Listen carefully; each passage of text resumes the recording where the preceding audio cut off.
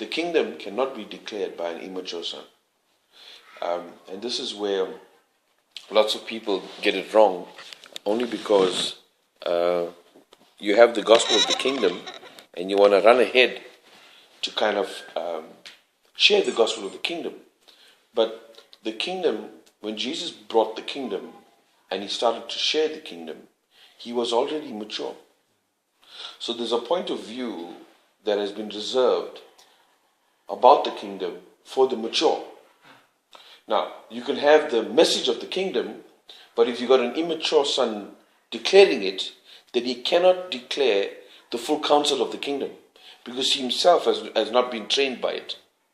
So it's imperative and important that the message of the gospel of the kingdom can and only be showcased by a mature son.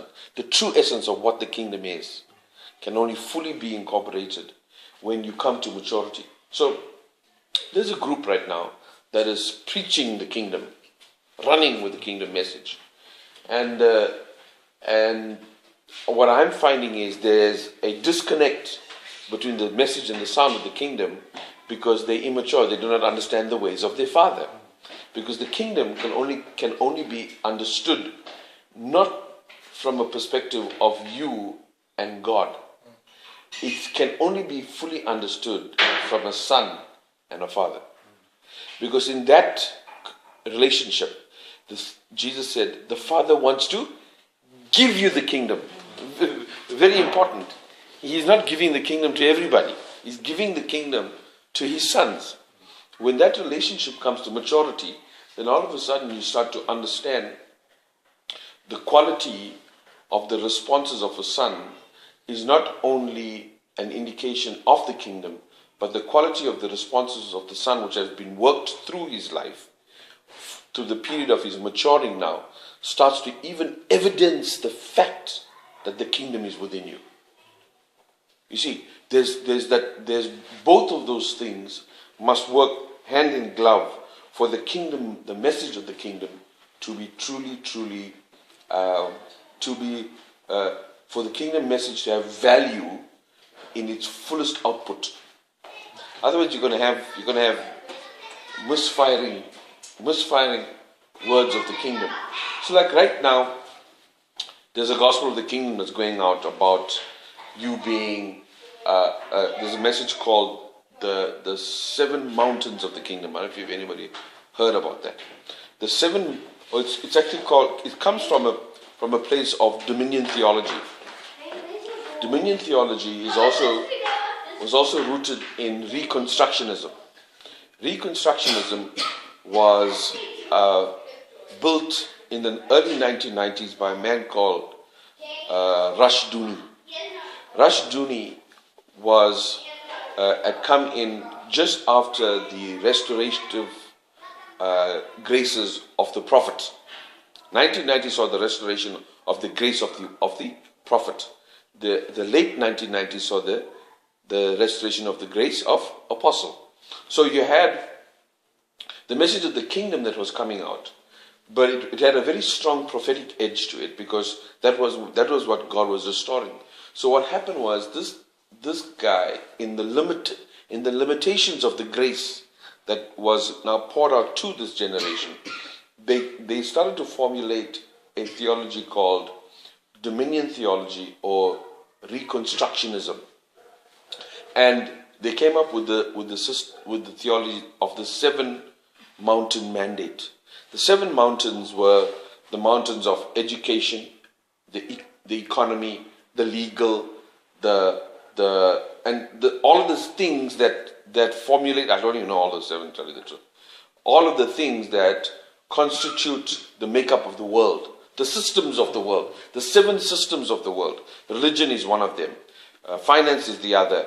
Law is the other one. What's the other one? Education is the other one. Military is the other. What's the other thing? Well, but there's 7 of these things, right? And basically what they were saying was we need to infiltrate these systems with the gospel of the kingdom, because the purpose of the gospel of the kingdom was to bring dominion to the earth. Remember, the original intent of God was man to have rulership and dominion over the earth. See, now this is where the thing goes off. The dominion that you have was given to you not over the world. The world and its systems are the operative of the cosmocrator, Satan himself.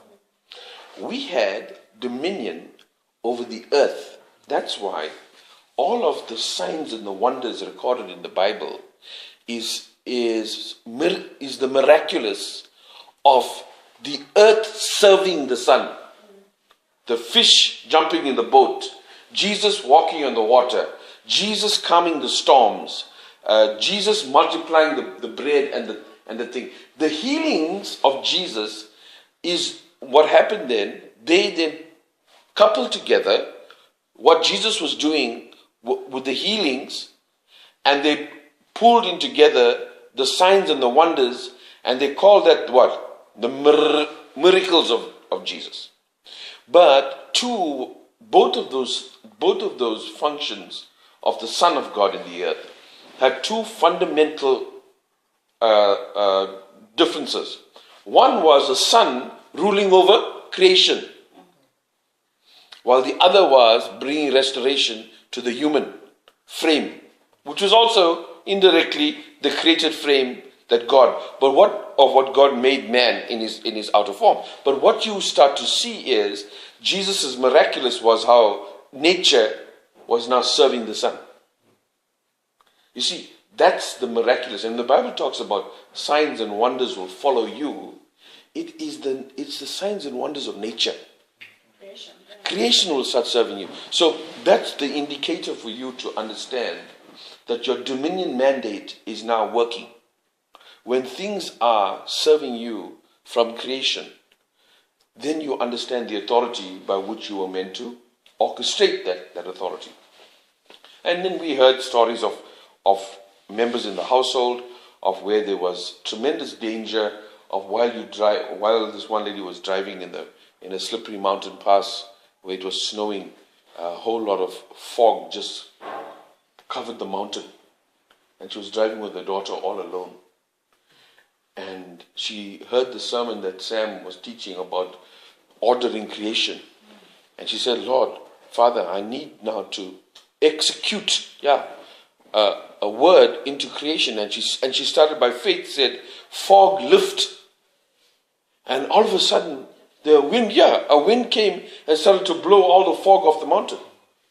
And she could now make her way back down the mountain without being in danger. And Sam also spoke about how he would speak to the rain to fall in a dry area where they would receive the word of God. And the evidence of them receiving the word of God was the downpour of water. Water would come into that neighborhood, and he would say, because you are receptive to the word that I bring, the evidence of your receptivity would be rain. So now we're seeing the sons of God now coming into their own and now lording over. See, one of the fundamental, one of the seven spirits of God is the first one, which is lordship. Lordship is the act of the Son to lord over creation. You have the authority to lord over creation. Now, that comes to mature in a son that has been able to, firstly, bring his life into order, then order his family, then now God extends the rule to others' lives, and then he further extends that order into creation. If you can almost see the sequential move of the authority of God from the core to the outwards, you'll understand that it is inevitable that the extension of your rule and your dominion now starts to have greater gravity as you are maturing in the things of God regarding the creation. So now God now wants you to have dominion not only over yourself and your family and other lives, but he now starts to extend your authority and rule over creation. That is when the kingdom now is fully operative and functioning in you, through you, for the benefit of God's will in the earth. That's a great place to be like. I mean, it's nice to be able to call the fish into the boat. It's nice to have all of these great stories. But what we must focus on is, why did Jesus